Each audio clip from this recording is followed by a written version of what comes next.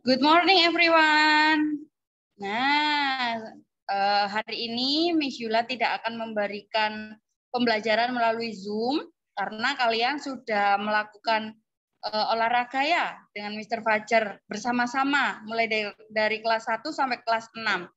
Jadi Miss Yula akan memberikan video pembelajaran saja untuk tambahan belajar buat kalian persiapan PH3. PH3 IPA ya. Jadi hari ini Miss Yula akan memberikan pembelajaran tentang tema 3, subtema 1, 2, 3. Ya. Kok banyak sekali, Miss? Iya, soalnya minggu depan kita sudah melakukan PH3 dan minggu depannya lagi kita akan melaksanakan PTS. Gitu ya. Nah, sebelum kita mulai pembelajaran, mari kita berdoa dulu. Dalam nama Bapa dan Putra dan Roh Kudus. Amin. Ya Tuhan, hari ini kita akan melaksanakan pembelajaran melalui video pembelajaran IPA. Semoga saja pelajaran hari ini bisa kami terima dan semoga saja doa kami ini bisa Engkau terima. Amin. Dalam nama Bapa dan Putra dan Roh Kudus. Amin. Oke. Meskipun kita belajar melalui video pembelajaran, tapi kalian harus tetap semangat ya. Oke. Nah, sekarang Miss Yula akan share terlebih dahulu. Oke. Sudah muncul ya.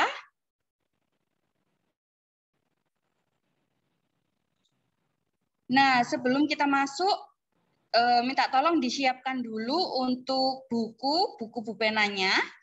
Disiapkan dulu dan dibuka halaman 150.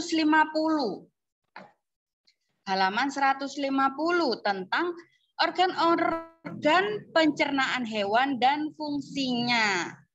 Nah, jadi yang pertama kita masuk ke tema 3, subtema 1 tentang organ-organ pencernaan hewan dan fungsinya. Nah, ini kira-kira ini gambar apa ya? Iya, pinter. Ini merupakan gambar serangga. Lebih tepatnya ini gambar apa ya? Belalang ya. Gambar belalang sudah ada di buku halaman 150. Nah, ini. Ternyata organ-organ pencernaan hewan pada serangga yaitu yang pertama ada mulut. Jadi serangga kalau makan melalui mulut dan selanjutnya turun ke esofagus, turun lagi ke tembolok. Biasanya kalau manusia itu temboloknya ada di sini ya.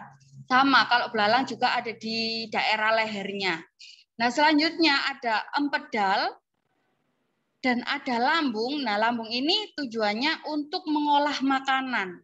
Jadi, makanan yang dimasukkan ke mulut nanti akan diolah kembali di dalam lambung. Nah, selanjutnya ada usus dan dikeluarkan melalui anus. Anus ini tempat atau organ untuk membuang sisa-sisa makanan. Ya. Nah, ini urutannya. Jika besok ada soal-soal bagaimana serangga atau organ-organ pencernaan hewan serangga, apa saja urutannya, apa saja runtutannya. Nah, ini ada mulut, tembolok, empedal, lambung, usus, dan anus. Nah, yang kedua ada ini, bisa kalian lihat di buku Bupena halaman 150. Halaman 150 ruminansia. Iya, ruminansia atau hewan memamah biak atau hewan mamalia ya. Ruminansia. Mulai dari mulut, kerongkongan, rumen, ke mulut atau retikulum, omasum, obamasum, usus halus, dan anus. Jadi untuk organ-organnya, jadi melalui organ pencernaannya itu lebih panjang daripada organ pencernaan serangga. Kalau organ pencernaan serangga cukup singkat ya. Kalau yang ruminansia sedikit panjang. Jadi makanannya itu dikunyah dengan gigi dan dicampur dengan air liurnya. Kalau sapi makan rumput, jadi rumputnya tadi digigit sama gigi dan akan dikunyah, dihancurkan dengan gigi-giginya dan dibantu oleh air liur yang ada di mulutnya ya. Nah, selanjutnya makanan yang sudah dikunyah tersebut masuk ke dalam rumen atau perut besar. Kalian kan sudah melihat ya kalau sapi itu perutnya besar. Nah, itu. Jadi makanan yang melalui mulut akan diturunkan ke perut besar atau rumen. Ini. Nah, ini. Jadi mulai dari mulut langsung pergi ke rumen atau ke perut besarnya melalui kerongkongan. Ya, melalui kerongkongan dulu.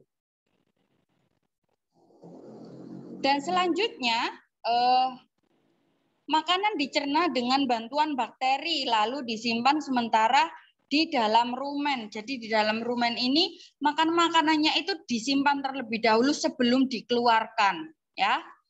Dan selanjutnya saat beristirahat makanan kembali ke mulut untuk dikunyah lagi. Jadi kalau manusia kan dari mulut ke lambung lalu ke anus, ya dikeluarkan. Berbeda dengan sapi atau hewan ruminansia. Kalau sapi atau hewan ruminansia itu makanannya dikunyah dan disimpan di rumen, dari rumen dikembalikan lagi ke mulut. Nah, di mulut itu akan dikunyah lagi dan dikembalikan lagi dan kembali lagi ke anus. Jadi prosesnya sedikit panjang. Nah, ini kalau ikan ada di halaman 151. Organ pencernaan ikan itu melalui mulut, kerongkongan, lambung, usus, dan anus. Jadi makanan yang dimakan oleh ikan seperti pelet, ya seperti pelet itu dimakan melalui mulut dan didorong atau dimasukkan ke kerongkongan melalui kerongkongan ke lambung. Nah, dari lambung ini makanannya akan diproses dan akan dimasukkan ke usus. Ya, jadi dari sampai usus ini berarti makanannya sudah hampir membusuk, sudah hampir halus. Ya, jadi otomatis sisa-sisa makanannya akan dikeluarkan melalui anus, gitu ya. Selanjutnya ada katak atau reptilia. Katak dan reptilia ya, katak dan reptilia. Itu organ pencernaannya mulai dari mulut, kerongkongan, lambung, usus halus, usus besar, kloaka atau tempat pembuangan sisa pencernaan. Jadi kloaka ini hampir sama dengan yang dimiliki sama sapi tadi. Ya, nah selanjutnya ada burung.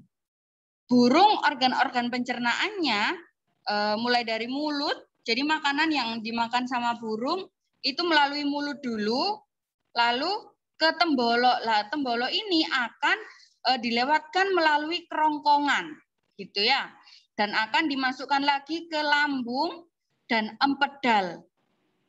Setelah itu dimasukkan lagi ke usus dan kloaka. Kloaka ini tempat pembuangan sisa pencernaannya. Namanya kloaka. Selanjutnya hewan mamalia. Mamalia melalui mulut, kerongkongan, lambung, usus halus, usus besar, dan anus. Kalau mamalia ini hampir sama dengan organ-organ pencernaannya manusia. Tapi ada beberapa yang berbeda. Coba kita akan langsung ke organ pencernaan pada manusia dan fungsinya. Nah, yang pertama ada mulut. Jadi kita mengunyah makanan ini melalui mulut dan dibantu oleh air liur. Ya. Nah, setelah itu makanan yang kita makan, makanan yang kita kunyah akan masuk ke lambung melalui kerongkongan. Setelah itu akan dicerna lewat usus besar dan usus halus. Nah, ternyata sisa-sisa makanan yang ada di perut kita akan dikeluarkan melalui anus. Ini ya. Nah, ini. Mulut merupakan tempat makanan dihancurkan. Jadi ini sudah Miss Yula kasih kuncinya. Besok kalau ada soal-soal PH atau PTS yang keluar, bisa kalian lihat, bisa kalian pelajari lagi ya. Karena hari ini materinya sedikit banyak, agak banyak ya. Jadi Miss Yula agak percepat. Ayo, ingat kembali urutan proses pencernaan makanan di dalam organ-organ pencernaan manusia di samping. Yang pertama, mulut. Kedua, kerongkongan. Ketiga, lambung. Keempat, usus halus. Kelima, usus besar. Dan keenam, anus. Ini merupakan salah satu proses pencernaan dari manusia. Nah, semua organ tersebut memiliki fungsi yang penting bagi tubuh kita. Apabila salah satu organ pencernaan tersebut mengalami kelainan atau penyakit, sistem pencernaan tubuh kita akan terganggu. Contohnya, kita suka makan, tapi lambung kita tidak menerima. Apa yang terjadi? Kita sakit perut, perut kita tidak bisa menerima makanan yang kita kunyah melalui mulut ya. Nah, itu contoh dari gangguan atau penyakit di lambung. Berbeda lagi dengan penyakit atau masalah di mulut. Misal, kita lapar, perut kita lapar, tapi mulut kita sariawan. Apa yang terjadi? Nah, kita tidak bisa mencerna atau tidak bisa memproses makanan ini dengan lembut gitu ya. Jadi yang masuk masih kasar, itu nanti akan berpengaruh terhadap proses pencernaannya, gitu. Nah, selanjutnya kita masuk ke tema 3 subtema 2, gangguan pada organ pencernaan manusia. Nah, ternyata contoh dari Miss Yula tadi ada di sini, ada di gangguan pada organ pencernaan manusia. Yang pertama ada sariawan. Sariawan ini infeksi pada lapisan mulut yang disebabkan oleh jamur. Nah, jadi sariawan ini ada di mulut. Ada di mulut yang ada jamurnya. Jadi mulutnya itu ada jamurnya. Nah, ditandai dengan luka berwarna putih atau terasa perih. Ayo, kelas 5 ada yang pernah sariawan? Nah, bagaimana rasanya? Luar biasa. Selanjutnya ada sakit gigi. Terjadi ketika pulpa mengalami peradangan dan ditandai dengan rasa nyeri yang muncul di dalam atau di sekitar gigi atau rahang. Jadi ada di sekitar sini. Nah, selanjutnya ada MAH. MAH ini biasanya banyak atau sering dialami oleh anak-anak sekolah ya. Anak-anak kuliah sering punya penyakit MAH. Soalnya telat makan, sekali makan pedas, makan minum minuman yang asam. Nah, ini akan terjadi atau akan mengganggu lambung kita. Akan terjadi penyakit MAH. Nah, penyakit dengan rasa nyeri yang berasal dari lambung. Jadi lambungnya ini terinfeksi seperti suka makan cabai, suka makan yang pedas-pedas, biji-biji cabainya kemakan. Nah, itu nanti akan punya penyakit MAH. Selanjutnya, penyakit MAH ini disebabkan oleh luka di lapisan lambung, infeksi bakteri atau efek samping penggunaan obat-obatan. Jadi penggunaan obat-obatan ini kalian harus sesuai dengan resep dokter. Jadi kalian tidak boleh sekedar minum, aduh sakit kepala, yang penting minum aja lah, yang penting nanti sembuh. Jangan, harus sesuai dengan resep-resep dokter ya. Kalau tidak sesuai nanti apa? Akan terjadi penyakit MAH, soalnya infeksi lambungnya. Nah, selanjutnya Gangguan pada organ pencernaan manusia. Nah, ini yang kedua ya, ada sembelit atau konstipasi. Kondisi sulit buang air besar. Biasanya ini terjadi pada kita yang lagi kebelet tapi ditahan. Nah, ini akan terjadi sembelit. Penyebabnya kurang minum, kurang makanan berserat, dan pola makan yang kurang baik. Nah, pengobatannya bagaimana? Pengobatannya meningkatkan konsumsi makanan berserat, banyak minum air putih, dan berolahraga secara teratur. Nah, ini sembelit. Selanjutnya kita ke diare. Kalau diare ini biasanya yang sering keluar masuk kamar mandi. Aduh, Miss, izin ke kamar mandi, Miss. Lagi kebelet. Nah, diare. Penyakit yang tidak ditandai dengan buang air besar yang encer dan lebih sering biasanya lebih sering dari biasanya. Misal, 1 hari buang air besar 1 kali. Tapi kalau diare bisa 1 hari sampai 5 kali. Nah, penyebabnya karena apa? Karena mengkonsumsi makanan atau minuman yang terkontaminasi bakteri, virus, atau parasit. Jadi makanan-makanan yang ada virusnya, ada bakterinya, seperti susu. Nah, susu yang virus atau bakterinya sudah banyak, tetapi tetap kalian minum, itu akan menyebabkan diare. Nah, setelah terkena diare, pengobatannya bagaimana? Pengobatannya, pemberian oralit dan minum obat sesuai resep dokter, gitu ya. Selanjutnya ada usus buntu, dan nama latinnya ada appendicitis. Itu usus buntu ya. Pembengkakan atau peradangan usus buntu. Nah, diperkirakan karena tersumbatnya pangkal usus buntu oleh kotoran atau karena kelenjar getah bening yang membengkak akibat infeksi. Nah, pengobatannya bagaimana? Pengobatannya operasi pengangkatan usus buntu. Ayo, siapa yang mau dioperasi ususnya? Tidak mau ya. Jadi kita harus jaga pola makan gitu. Nah, selanjutnya penyebabnya. Penyebab gangguan pada organ pencernaan manusia.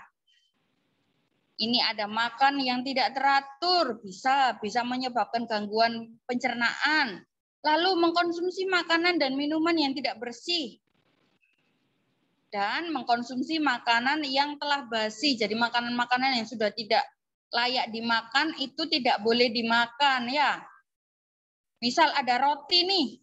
Roti yang berjamur hanya sebelah sini, tapi sininya tidak berjamur. Tapi apa yang terjadi? Apa yang terjadi? Maka kalian tetap sakit perut, soalnya rotinya sudah dalam keadaan berjamur gitu ya. Nah, selanjutnya, cara memelihara organ pencernaan makanan. Yang pertama, makan makanan sehat dan bergizi, tidak jajan sembarangan, menjaga kebersihan makanan dan minuman, mencuci tangan sebelum dan sesudah makan. Gitu cara memeliharanya ya. Nah, kita masuk ke tema 3, subtema 3. Wah, diingatkan lagi ini dengan organ pencernaan manusia ya. Tapi ini untuk fungsi-fungsinya. Jadi bisa kalian pelajari apa saja fungsi dari mulut, fungsi dari kerongkongan, fungsi lambung, fungsi usus halus, dan fungsi usus besar. Nah, yang terakhir fungsinya dari anus. Itu tadi sudah kita bahas di depan ya. Jadi ini hanya sedikit penjelasan saja untuk tambahan belajar. Misal ada soal seperti ini. Gangguan organ pencernaan manusia terdapat pada mulut. Fungsi mulut adalah, nah bisa kalian jawab, mulut berfungsi untuk menghancurkan makanan sehingga dapat ditelan oleh tubuh. Nah, seperti itu ya. Jadi nanti kalian baca-baca lagi, kalian dilihat-lihat lagi, dibaca-baca lagi gitu ya untuk fungsi-fungsinya. Selanjutnya, ada beberapa faktor yang menyebabkan gangguan sistem pencernaan manusia. Seperti kurang asupan makanan berserat, jadi ada yang tidak suka buah. Nah, itu akan menyebabkan gangguan juga. Jadi kalian harus suka makan buah, suka makan sayur gitu ya. Pola makan yang tidak teratur, ayo siapa yang tidak teratur di sini makannya? Jadi kalau pagi harus sarapan, siang harus makan, dan malam juga harus makan. Gitu ya, yang penting 1 hari 3 kali makan gitu ya. Dan makanan dan minuman yang tidak bersih, seperti makanan yang sudah terjatuh. Meskipun tempatnya bersih, tetapi tempatnya itu tidak menjanjikan untuk kebersihannya, seperti kuman-kuman dan virus-virus ya. Nah, selanjutnya makanan yang sehat bagi sistem pencernaan. Kalau kita lagi sekolah di TK, biasanya kan ada ini ya, 4 sehat, 5 sempurna. Nah, ini makanan yang sehat bagi sistem pencernaan. Selain menjaga kebersihan makanan yang dikonsumsi, makanan juga harus mengandung gizi yang seimbang yang dibutuhkan oleh tubuh. Nah, ini contohnya. Buah-buahan, sayur-sayuran, dan apa? Biji-bijian. Jadi ada semangka, mangga, anggur, dan masih banyak yang lainnya. Di sini ada sayur apa ya ini ya? Iya, ini sayur sawi putih ya. Lalu ada sayur bayam, ada sayur kangkung, dan masih banyak sayur yang lainnya. Kalian harus suka gitu ya. Dan ada biji-bijian, ada kacang polong, ada kacang hijau, ada kacang tanah, ada kuaci. Ini kuaci yang sangat enak ya. Nah, kalian harus suka dari semua makanan ini. Karena semua makanan ini makanan sehat. Ya, akan membantu sistem pencernaan kalian. Selanjutnya, ada penyakit. Nah, kalau kalian tidak suka makan buah, tidak suka makan sayur, tidak suka makan biji-bijian, apa yang terjadi? Iya, kalian sakit, bisa sakit. Nah, ini sakit pada organ pencernaan. Penyakit yang menyerang organ pencernaan seperti MAH, ulkus, dan kolik. Ini menyerang lambung. Jadi misal besok ada pertanyaan. Sebutkan penyakit organ pencernaan yang menyerang pada lambung. Kalian bisa jawab. MAH, ulkus, dan kolik. Ini ya. Selanjutnya diare dan sembelit. Ini menyerang pada usus halus atau usus besar, gitu ya. Nah, penyebabnya bakteri, virus, atau kekurangan serat dan vitamin. Jadi si anak ini sedang sakit perut atau lambungnya lagi sakit. Karena apa? Si anak tidak suka makan sayuran, tidak suka makan buah-buahan, gitu ya. Oke, ternyata sudah selesai ya. Jadi minta tolong dipelajari lagi, dilihat videonya lagi, nanti dibaca-baca lagi untuk Bu Penanya. Jangan lupa tugasnya dikerjakan isian halaman 169 itu yang latihan soal subtema 1. Lalu ada di halaman berapa lagi ya? Halaman